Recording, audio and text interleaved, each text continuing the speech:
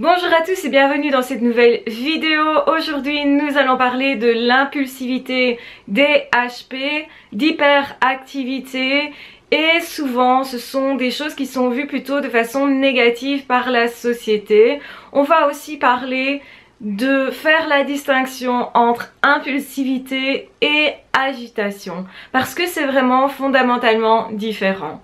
Autant je suis quelqu'un de très impulsif, mais généralement avant de me lancer dans des actions justement vers un objectif, je connais mon objectif. Ça veut dire que j'y ai réfléchi, que j'ai pris le temps de m'apaiser, de ne pas être agitée. Et justement, moi j'ai remarqué que mon agitation elle était souvent liée au fait que pendant un moment donné, je n'ai pas su passer à l'action, que j'avais cette impression de ne plus avancer. Du coup, ça me rend agitée, peut-être parce que j'ai peur justement de ne pas saisir une occasion, de la louper ou de manquer quelque chose dans la vie tout simplement.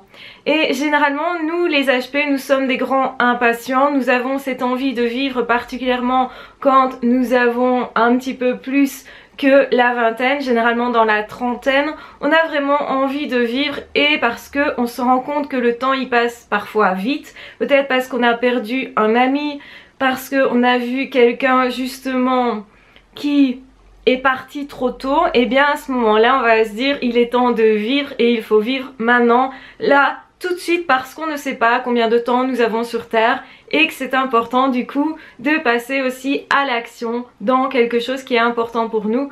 Et c'est très important de distinguer cette impulsivité, de la mettre à son service, d'en faire une force plutôt que de la critiquer, de la juger comme souvent la société le fait. C'est-à-dire que souvent on associe impulsivité à la non-réflexion, à l'agitation et au fait justement d'errer, d'aller dans tous les sens, de ne pas savoir ce qu'on fait.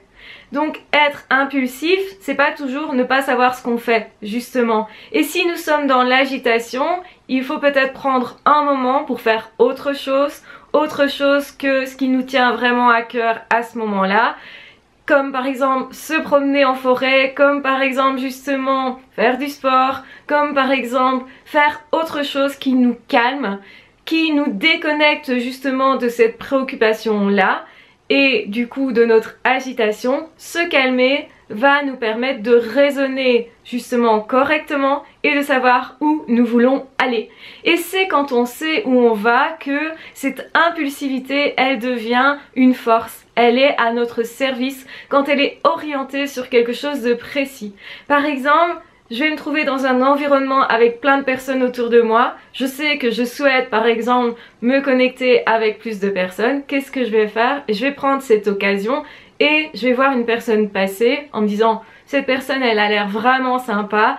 J'ai envie de me connecter, j'ai envie d'aller vers cette personne. Qu'est-ce que je fais? Eh bien hop, j'y vais sans trop réfléchir à ce moment-là, mais je sais quand même que je sers mon objectif, que j'ai décidé au préalable justement de rencontrer plus de personnes. Donc c'est important justement de prendre du recul quand on est tout seul et de ne pas tout le temps être dans l'action, mais à certains moments de réfléchir et de se dire ok, la réflexion elle est bonne en fait, parce que ça aussi on a tendance à la juger en tant qu'HP. On va vous dire arrête de te prendre la tête, alors qu'en fait la réflexion elle nous permet de savoir où nous allons, quelle direction on va prendre dans la vie, ce qui est peut-être devenu des fardeaux pour nous, et on décide parfois aussi de se désencombrer notre vie d'une activité qui n'a plus de sens, ce qui justement nous demande maintenant trop d'énergie qui ne nous correspond plus. Et c'est vrai qu'on change au fil du temps,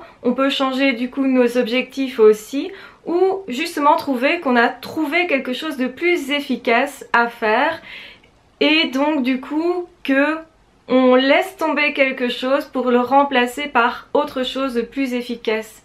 C'est important de prendre du recul, sinon on va avoir tout le temps la tête dans le guidon, on va faire, être hyperactif, mais finalement ne pas avoir de résultat pas ce qu'on veut en tout cas. Et donc ça ne nous remplit pas, ça ne nous rend pas heureux autrement dit. Par contre, si on réfléchit, tiens, ceci c'est important vraiment que j'arrive à concrétiser ça parce que je pense que ça va me rendre heureuse et pour ça il faut une réflexion au préalable, alors du coup je me lance dans l'action et pas dans n'importe quelle action et pas avec n'importe quelle personne et pas non plus à n'importe quel moment. Donc en fait, en tant qu'HP, on a deux forces, c'est celle de la réflexion qu'on doit absolument garder, donc oui, prenez-vous la tête, c'est important de vous le dire. La deuxième force c'est celle effectivement de souhaiter passer à l'action et d'avoir justement cette impatience qui fait qu'on a envie d'avancer. Ça peut être une super force parce que ça nous pousse, ça nous booste, ça nous motive et ça nous motive dans toutes les catégories de notre vie, pour les relations, pour notre travail, pour nous-mêmes, pour progresser, pour apprendre. Donc c'est super important. Ça sert notre intelligence puisque ça sert nos connaissances et en même temps on va tester des choses, peut-être plus de choses et du coup on tirera plus de leçons de ça. Donc il y a un sens pratique qui n'est pas à enlever. L'impulsivité va nous permettre justement d'avoir le sens pratique qui pourrait nous avoir manqué si on était trop dans la réflexion ou peut-être justement si on n'osait pas trop être nous-mêmes parce que d'autres personnes font autrement vu qu'ils fonctionnent différemment de nous. Et donc c'est important de se suivre soi pour être épanoui soi. Donc ça vraiment c'est un message que j'ai à cœur de vous transmettre parce que ça peut vraiment changer votre vie. Suivez votre cœur et pas que, suivez aussi ce qui est bon pour vous parce que parfois on a envie de quelque chose mais on sent que c'est pas vraiment bon pour nous, hein. La drogue c'est un exemple, on pourrait tout à fait se dire ah ben j'ai l'impression que ça me fait du bien, généralement c'est ce que ressentent les personnes qui sont dans ces addictions là. Mais sur le long terme, évidemment, c'est pas du tout productif, c'est pas du tout constructif.